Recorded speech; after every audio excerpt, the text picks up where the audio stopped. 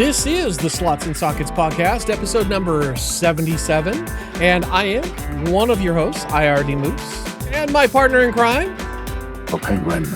Turbo Penguin. Happy Monday to you, my friend, from the basement of Penguinitude.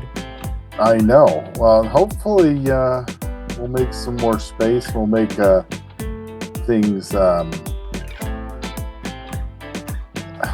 It's a work in progress. It's a work in progress. Hopefully this behind me goes away, and I move that way and that way, and I'll have my own little space. It'll be kind of nice. There you go. The podcasting studio evolves. We get to watch it. We get to watch it in slow motion over time. But we've got some interesting things for today's episode. Let's start off with a little bit of news about FSR Redstone. Yeah, so we know that Redstone is moving forward, and AMD is actually super excited about this. You know, they teased this at CES this year, and it was coming. They didn't have a lot to say about it other than it was coming. They did say ahead that it was going to be an RDNA 4-piece. So it was going to be a 9000 series. And since then, they've kind of walked it back to say, well, okay, well, maybe it'll be RDNA 3. So that'll be 7000 series. I don't expect it to go further back than that. Probably not. No. Well, and one of the things I've seen a couple of videos on it recently. And one of the things an AMD rep said that was the real challenge for Redstone is the lack of, or I should say lack of AI performance on RDNA 3 and RDNA 2. So it sounds like they're going to try to get as much as they can in place and working on RDNA 3, but we may not get the full feature set that you'd get on your 9070, for example. Yeah, agreed. So, and this is like a more advanced frame generation that I think that we're going to see that's going to throw some definite performance. Mm-hmm. The question is this a driver level thing, or is this going to be like you have to have it enabled? And I think that's a problem where AMD in the past has really kind of fallen short, is the support. And AMD has gone on some of these, like when they were trying to get FSR off the ground, they were like, okay, and they made it a driver level. Yeah. Which I thought was really smart, because it didn't cost developers any time, and you could just turn it on and get some instant benefit. And then people realized, oh, that's actually really cool, because you could use you can use FSR, 1, 2, and 3, and get huge benefits for older, even non-AMD GPUs. Mm-hmm. All you had to do was just enable it. And so I think there was a lot of support. FSR, the question will be is how is it implemented? What games support it? Is it a driver level thing again? Because I think, in all honesty, some of the downsides that we've seen from AMD is the adoption rate, as opposed to the Team Green side of things. So I think that's I hope Redstone looks and feels really good. But I think the question is how well is it adopted? Yeah.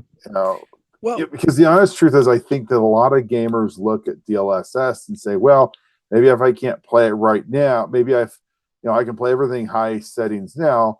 And if I have DLSS, it has something in my pocket that, in 2-3 years, I could still play higher settings if I enable DLSS to get higher frames. Yep. So some of the stuff I've seen over this weekend about Redstone was that, as far as it being driver versus game implemented, it's it's going to go both ways, just like they have with FSR 3 and FSR 2 before it. But the interesting thing is that the goal this time is to not have any significant difference. So if the game already supports FSR 3, I think it's 3.1 is the latest, then the driver can just be like, all right, I'm taking that and making it FSR 4. And it sounds like what they're shooting for is what Nvidia did with their new model that they've enabled for 40 series and I believe 30 series as well, that gives you far higher visual fidelity with DLSS. Now, whether or not that actually works kind of remains to be seen. AMD has been doing a pretty good job with FSR as it is, and I'm finding it enabled in games that are years and years old. Like, you wouldn't expect it, but 7 Days to Die, for example, has FSR 3 in it. And we're seeing a lot of older games kind of tossing that in as a gimme because you just add a setting. It doesn't seem to be that big of a deal. Where DLSS seems to be more tightly integrated with the game, which Nvidia can get away with doing because they've got a big war chest to hand a bunch of money to developers like CD Projekt Red and the like. So Yeah, absolutely. I mean, the question will be is support FSR 4. I mean, FSR 3.1 is the latest version. The question will be how well is it adopted? The other half I have to say is that I'm not 100% sure. I'm not fully sold on any of these fake frames. Now, I know I probably could sit there and if you gave me a game and said, here, play this, and then had me walk away and then play the game again with, one with and one native and one, I probably couldn't tell the difference. But part of me looks at this and says, so you guys want me to spend all of this money for a graphics card that can't natively render crap, and that you're having to go to AI and third-party stuff to make it work. Well, that just for me, and my logic is like, then why did I buy this? I mean, that's the question. I look at this and say, why did you just spend that much money? Mm-hmm. Now I get it if the notion is to extend my gaming, my GPU by a year or two by using DLSS and FSR. Okay, I see the value there. My problem is that I'm such a something new and shiny that I end up getting the newest, latest, and greatest every time. So I never actually get it past a year or two. Right, and I tend to hold on. Like when I get this done with a card, I kind of do the same thing, but you do it a lot more often than I do. So, but yeah, that's kind of the interesting thing too, is kind of to your point. Why are we spending all this money on DLSS and FSR on cards that can't run the game natively? Because the whole problem with throwing AI at these games to give the fake frames is that if you don't have a good base frame rate, because you still have to run and render the game in raster for the AI frames to be generated, you're just rendering it at roughly half the resolution you're playing at. I mean, and if you can't maintain that frame rate, if you can't maintain a playable frame rate there, your playable experience is going to suck, but it's going to be a really smooth suck. I mean, I would just throw this out there. Part of me looks at this and says, wouldn't it be better for me not to have any of these AI DLSS, non-raster cores and just have more rasterization cores? Potentially, but it's entirely possible they may not be able to fit that many rasterization cores in there for power. Because I mean, look at the Nvidia cards. They're pushing 600. You can get some BIOSes with 1600 watts pulling through that 12-volt high power cable, and we melt them at stock power usage with the 5090. Do you really want to take that risk? I think genuinely what they're trying to do. No, but if you gave me my 9070 XT and you said, oh, by the way, there you flip this switch and we're going to give you an extra 800 megahertz, and it's going to use an extra, 300 watts of power. I'd be like, sign me up. Right.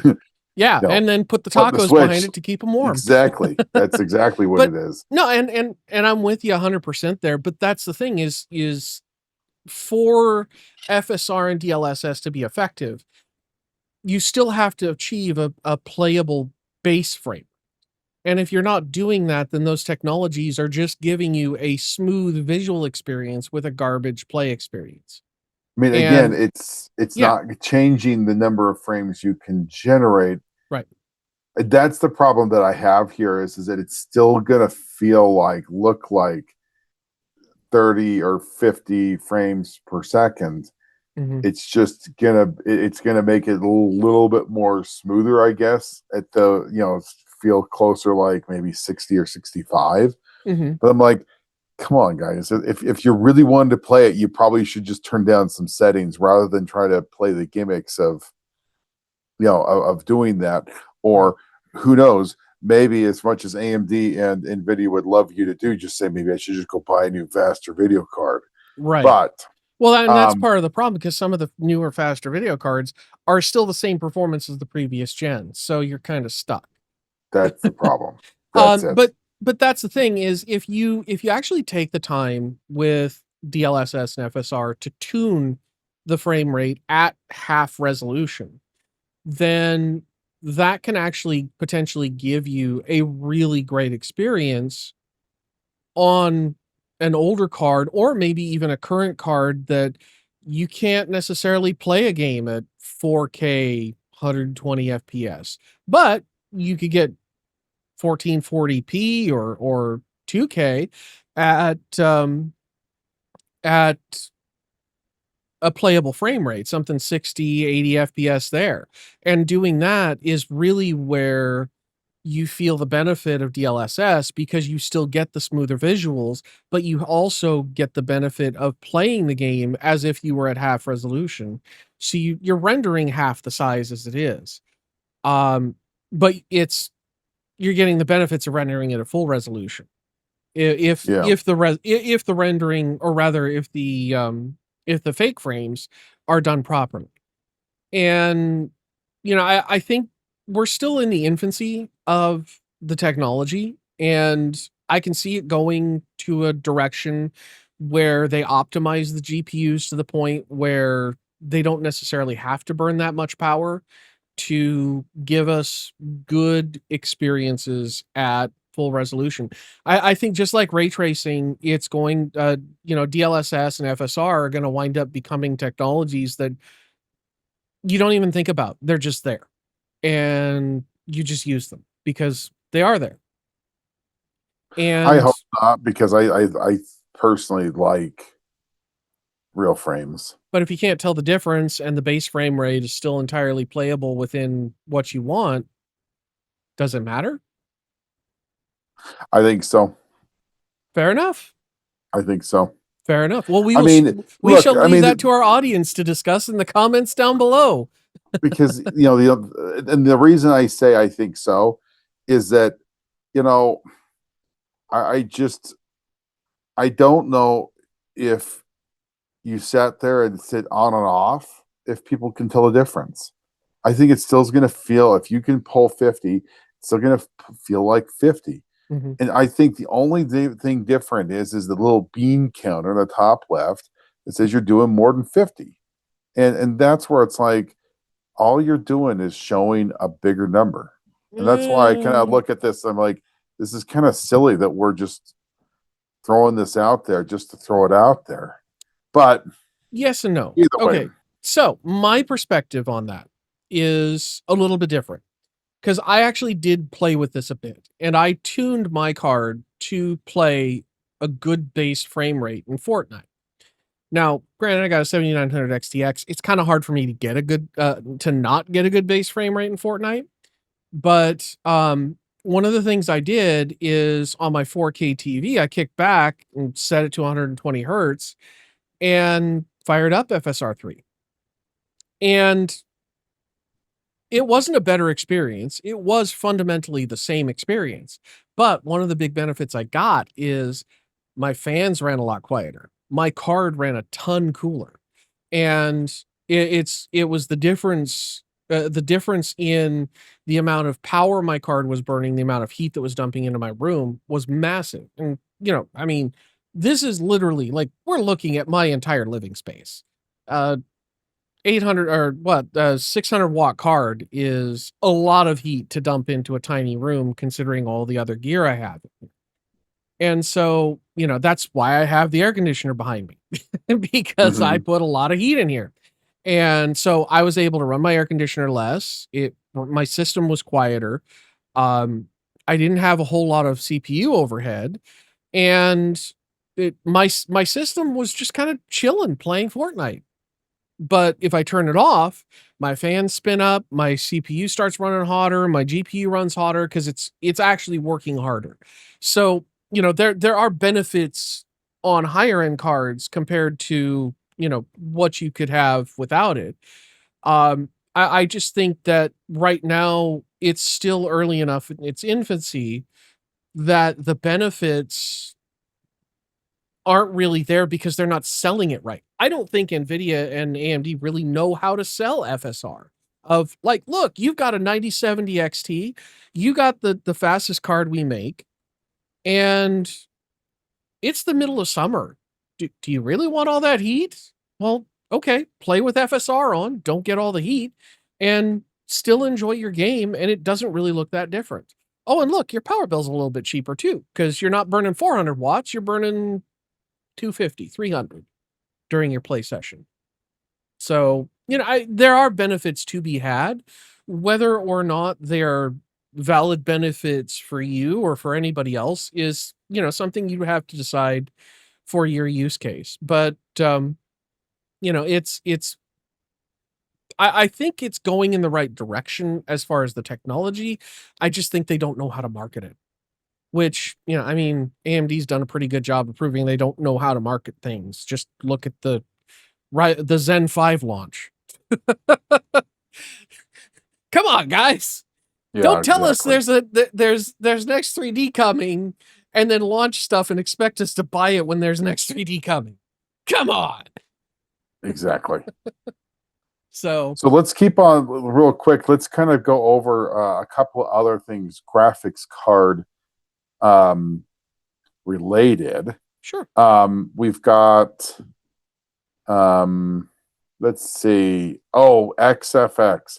XFX came out and said that their Samsung memory on GDDR6 runs cooler than SK Hynix. Now, there's positives because cooler means you're using less power, which in turn means you're using less power for your leaves more power for your GPU. That also translates to less heat in your system, which means it lets it boost a little quicker. And they are talking about 10C different between these two.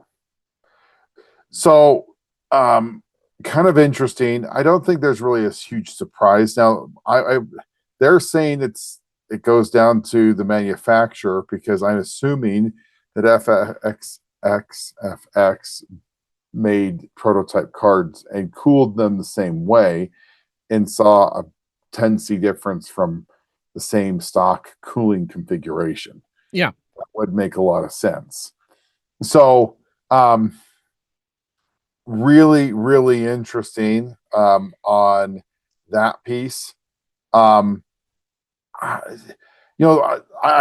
don't know if that's going to necessarily mean the exact same when you get to GDDR7 or anything else, but XFX basically said there is a difference, and not all GDDR6 is made the same. Yep. And there's more efficient, cooler sticks out there. They didn't really come out and say a lot, but I would assume that XFX is coming out and saying that it's the same speeds that they were getting on both of them. Yeah, it would make I would expect that if they were having speed issues or performance issues, that they would have rejected Hynix as it was. But it is interesting that Samsung stuff is burning 10C less in terms of power, or heat rather. And the question that I would have is why? I mean, I think that's the question a lot of us are going to have. And I think it might go down to potentially a difference in the way the two brands of memory are fabbed. Because even though they're doing the same job, they've got different processes. They're doing the same thing different ways. It's either manufacturing process or it's materials or a mix between the two. Yeah. If Samsung's using a better material, that would be, that could be less a different, leakage. Or better transfer of heat, right? Yep. Yeah. Or two, they're using a more advanced process that allows them to be more accurate and maybe even have a smaller footprint, so that you have more. There's got to be an issue. There's got to be something that's different between the two of them. But I thought that was kind of interesting. And then we're going to switch over to Team Green real quick, because one of the things we've started seeing, and it kind of became a bigger point with Battlefield 6, was the Nvidia's GPU or CPU overhead. And in games where you are more CPU limited, and Battlefield 6 is a very CPU demanding game, if you want more frames, most likely you're going to do an upgrade to your CPU to get more frames than it would be to go to a faster GPU. It is CPU limited. Most games, I would say, are GPU limited. Not all, but I would say more games are GPU than CPU limited. But they're fair share of CPU limited games. One of the things they started, we've seen some of the review websites as they start looking at the performance of Battlefield 6 is, what's happening is that you're having to go to a much higher CPU on Nvidia GPUs to get the same performance. So the notion is that a 9070 XT actually beats a 4090. And you need to have a really high end, like a 9800X 3D, to really get the most out of your card to get to the point. So if you have an older system and you're building it for, say, Battlefield 6, or a game that is more CPU limited, you are far better to upgrade your processor than your graphics card. Right. And what the notion is that what they're saying is that this has a real problem, because it's going to force. Now the problem is, you sit there and say, well, okay, for the people who spent $3,500 plus on a 5090, these are the people who are going to be spending easily $1,000 or $1,500 for the motherboard, CPU, and processor. And I would agree with that. But one of the things that they're saying is that this is a problem, and it's not a driver side problem. This, they believe, is actually just cooked into Blackwell in general. And it's something that you're not going to fix with a BIOS, like a firmware. It's not going to get fixed with anything other than actually different silicon. Interesting. So you mentioned the 4090 earlier. Did you mean to say the 5090? No, 4090. Okay. Well, yeah, if it so it could be something that's endemic to both Blackwell and it's more, it's definitely the previous gen. What was 40 series again? No, it's all of them. Yeah. It's just that you what's interesting is that, typically speaking, a 4090 in most games is still a good chunk quicker than a 9070 XT. And it's now just if you've it's got a CPU bound. Yeah. It's CPU bound, and it's because what we're seeing is that on the Nvidia cards, it's using more processor than the AMD counterparts. See, that tells me it's probably driver related, and the driver is probably doing some unusual scheduling on the CPU side. Well, But I mean, I'd be curious to see if they are able to resolve it. It's possible. I mean, it's been an considering how issue that garbage. AMD that Nvidia has known about, Mhm. and this is a problem that has not gotten better. And as you've scaled up to faster graphics cards, it seems like it's getting actually maybe even a little worse. Yeah.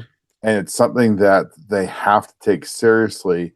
And you know, you can't expect people to have a 52 core processor just so I can spit off 16 cores just to keep my GPU, you know, drivers running. Right.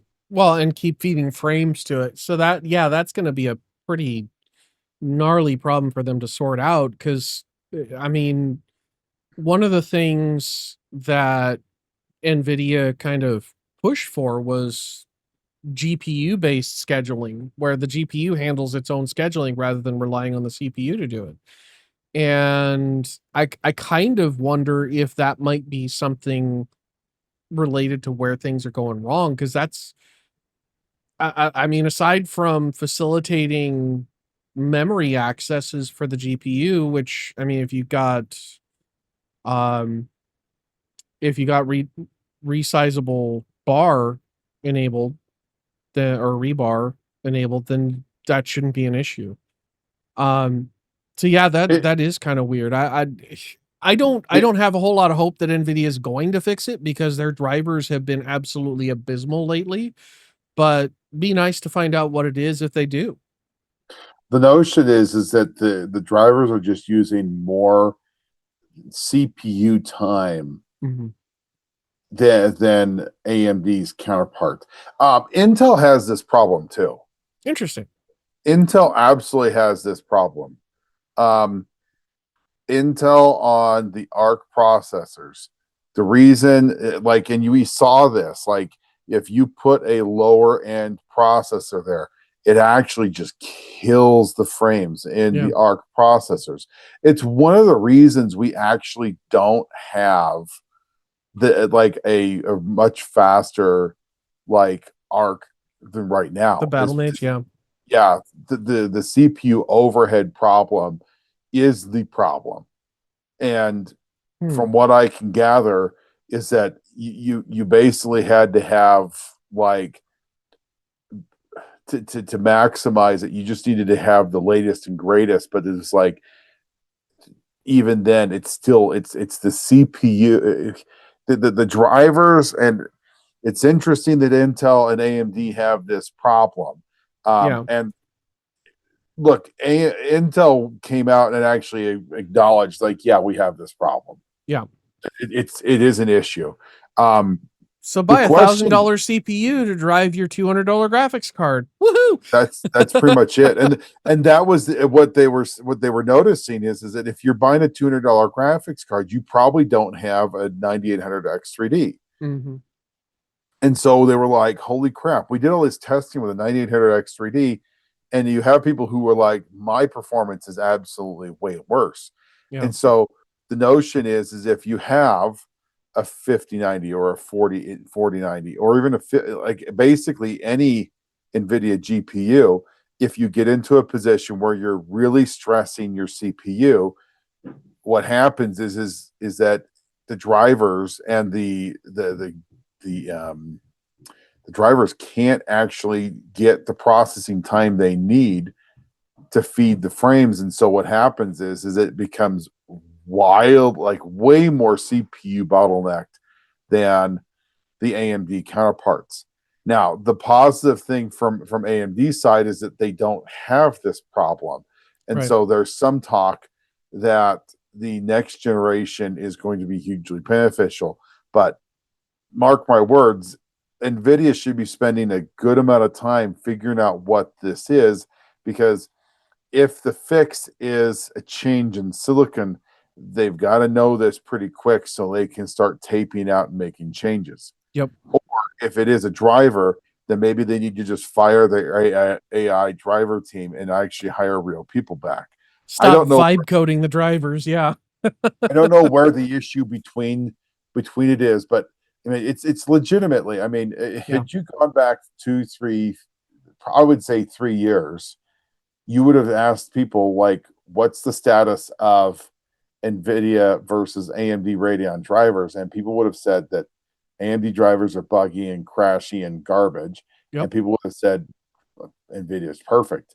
And it has flipped back the exact opposite way. Yep. Um, And so people are not catching up. no. That's kind of the issue I'm seeing now. I mean, since about well, I mean, I switched to AMD at the end of 2021, and even before that, their drivers had been pretty solid.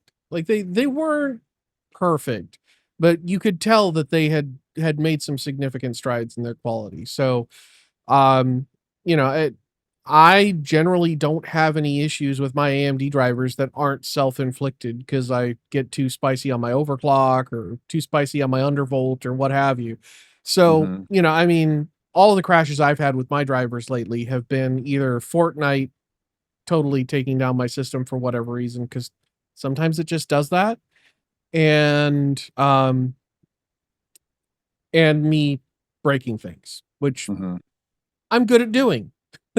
So, on to breaking other things. Looks like Valve is breaking the trademarks out.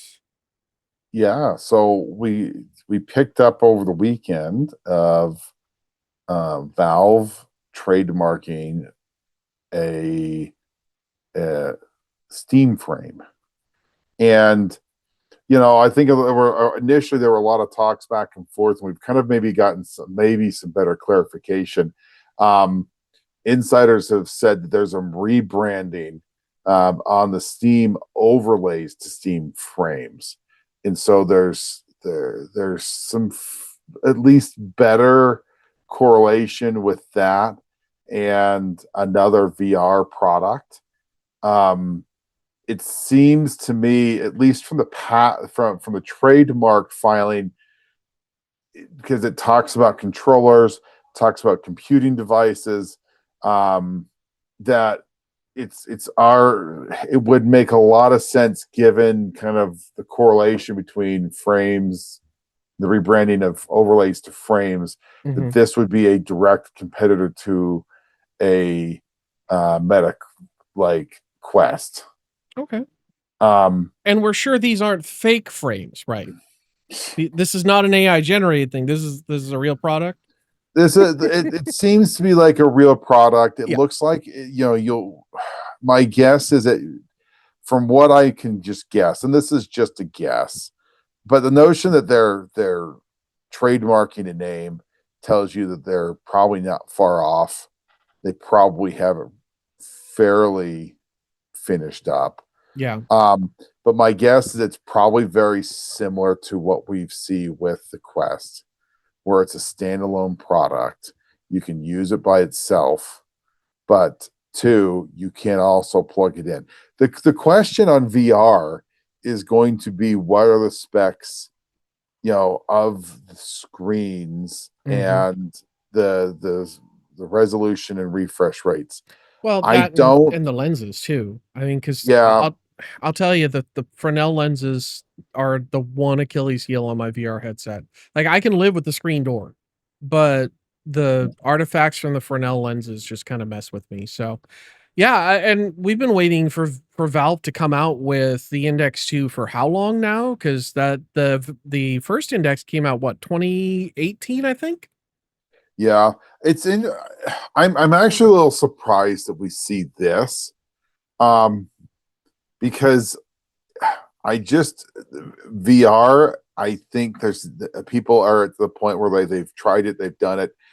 I don't know if there's a large majority of gamers that only play or primarily, or even I would say primarily play on VR as opposed to a curved or a flat screen. And the other half I would say is the other piece where I think I'm surprised is that you don't have AAA titles really making movements to make VR games. Yeah. There's not a VR Call of Duty. It doesn't exist. There's not a VR Battlefield. It doesn't exist. Mm-hmm. And I think it's probably more or less because the developers realize that y'all don't buy it. Yeah. And if you don't play it and don't buy it, then it's a lot of work to make something that nobody's going to use. And it comes down to selling games. And if nobody's playing it, then you're not going to put the resources to doing it. This is interesting in that it will be a standalone device, which I think is very unique. It's going to be a lot like the Meta Quest that it's basically directly competing with. Just like the Index was directly competing with the Crystal Cove that I have. I mean, if that's the case, the question will be, how does it stack against the Quest 3? And look, AMD. I mean, then Valve has a good, set of games and titles. So that games are definitely going to be there. And if this is goes gangbusters, I could see this being very well. But I think the implementation is really going to be the loaded question here. Yeah, and Valve has a pretty good recent track record with hardware. Now, granted, before the Steam Deck, their hardware track record was meh. But I think the Steam Deck kind of proved that they're good at developing top shelf hardware when they really want to. Because the fact that I mean, just compare the Steam Deck to all the competitors that suddenly sprung up around them. How many different revisions there have been of the Asus handheld? How many different revisions we've seen from MSI and Lenovo and all the others that there's so many you can't even name them. And there's just been one Steam Deck. Same thing with the Index. The Index was at the time the absolute pinnacle of VR, and in some ways kind of continues to be. Now, granted, newer headsets have kind of left it behind by integrating things like AR and integrating eye tracking and various other features that have significantly improved the quality of life for VR players. But I will be perfectly honest, after owning the Crystal Cove for several years, it's literally sitting in that box. Since I moved, I haven't unpacked it. I've wanted to and then been like, not interested. But if they can do something like the Meta Quest does, where it's inside out tracking and all I've got to do is plug the headset into my PC or even just plop it on my head and use it like a standalone device to play some VR games, I'm all for that. Because if they could take the Steam Deck and put it into a VR headset, which is entirely feasible, you could have a pretty bomb standalone, completely wireless experience. But I don't know. Does the Steam Deck have enough horsepower to drive? Because that's the part of the problem that we run into. Well, yeah. Is that the higher resolution and you're doing two separate screens at 1440p and higher. That's where some games really, a lot of graphics cards really struggle. Yeah. Well, also, I mean, the Meta Quest does it just using a cell phone. It's underpowered compared to the cell phone. You have the Pixel 9. It's less powerful than that, and it still plays VR games pretty well. No, granted, the games that it plays are written specifically for it and to be a good experience on it, but it also has the capability of plugging into your PC and going that route as well. So I think if they took the GPU out of the if they took basically if they plopped a Steam Deck onto somebody's face, I'm sure Valve could figure out a way to make that work and work effectively. I mean, look at how well they're utilizing the GPU in the Steam Deck as it is. They're playing fairly modern high-end games at playable frame rates. Granted, it's relatively low resolution, but they're doing it on a handheld that's how many years older than the Switch 2?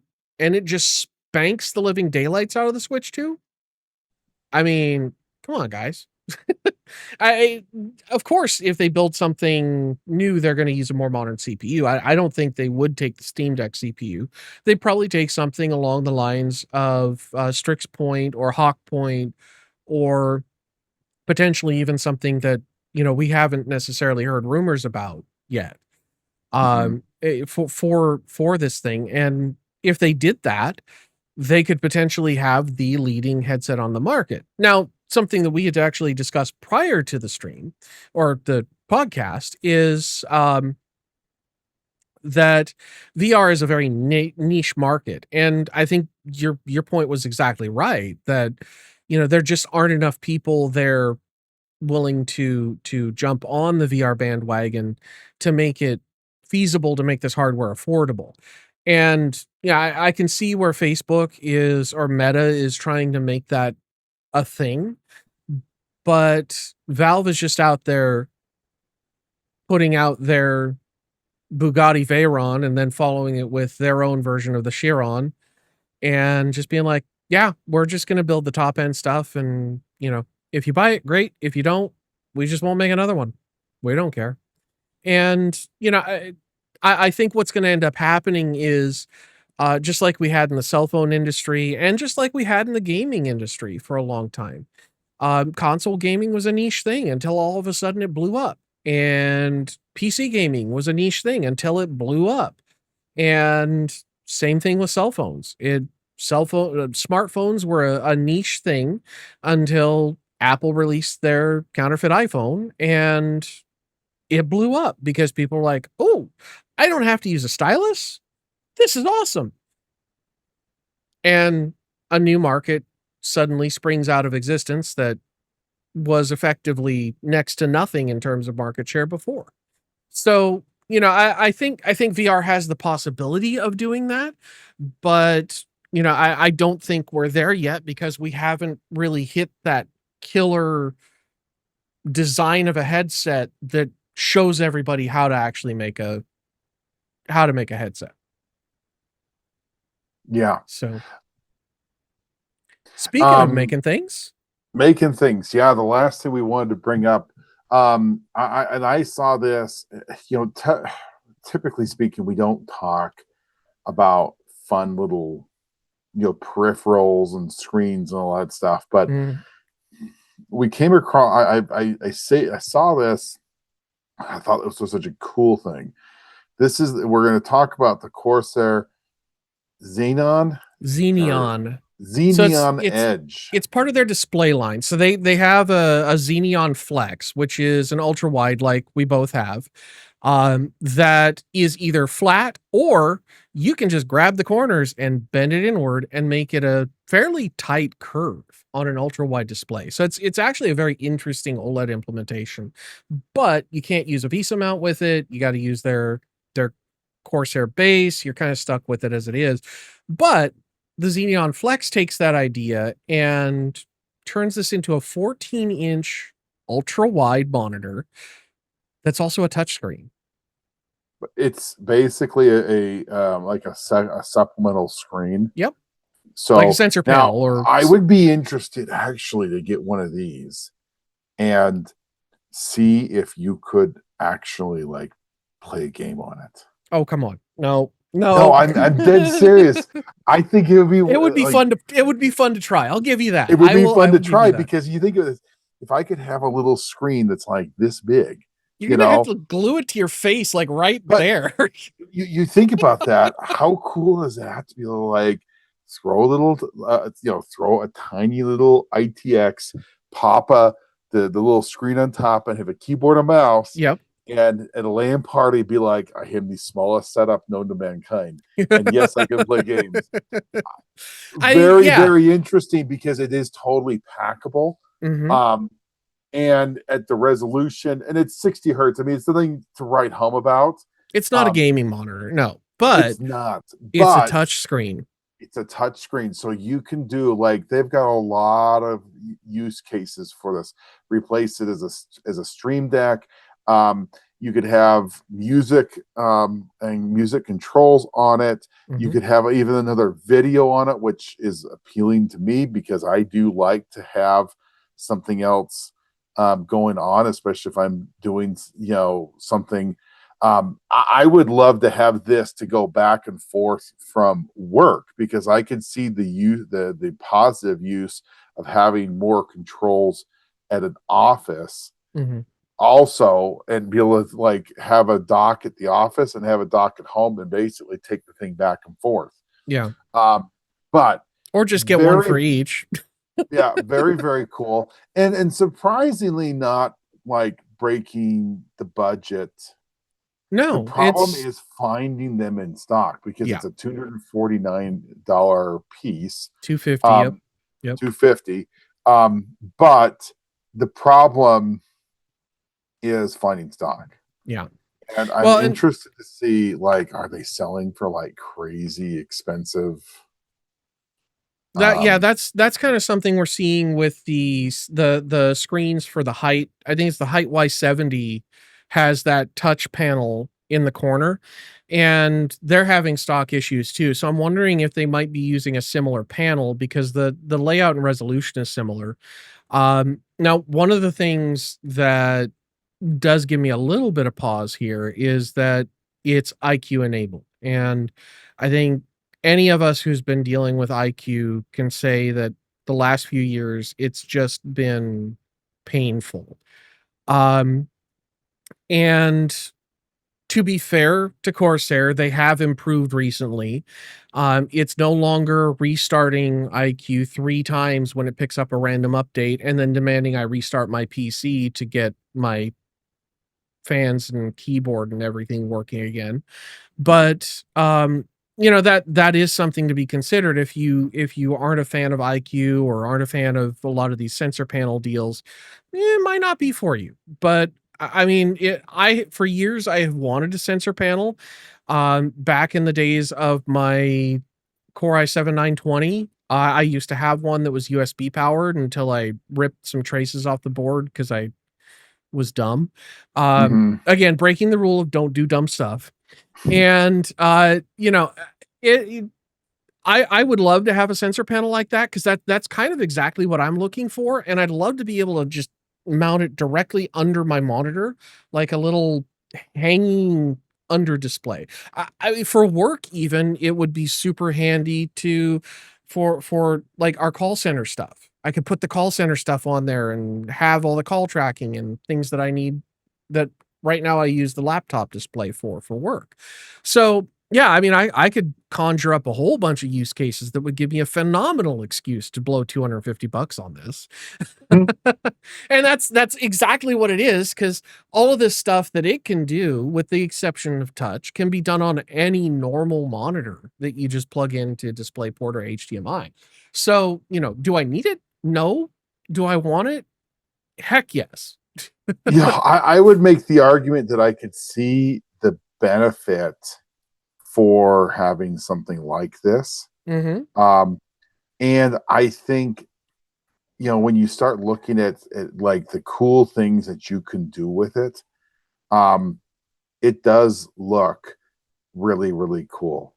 The ability to have EQ settings, the ability to do just a lot of really unique, fun things. And the other half of this is, Corsair obviously has a thought of doing and using this as an upgrade to a case where you have this in as a panel on the side mount. Again, I look at that and say, man, what if you could do that on an ITX and build it in and have the ITX and have the whole thing as your little LAN rig. Like, well, yeah, I mean, I could totally get behind something like that.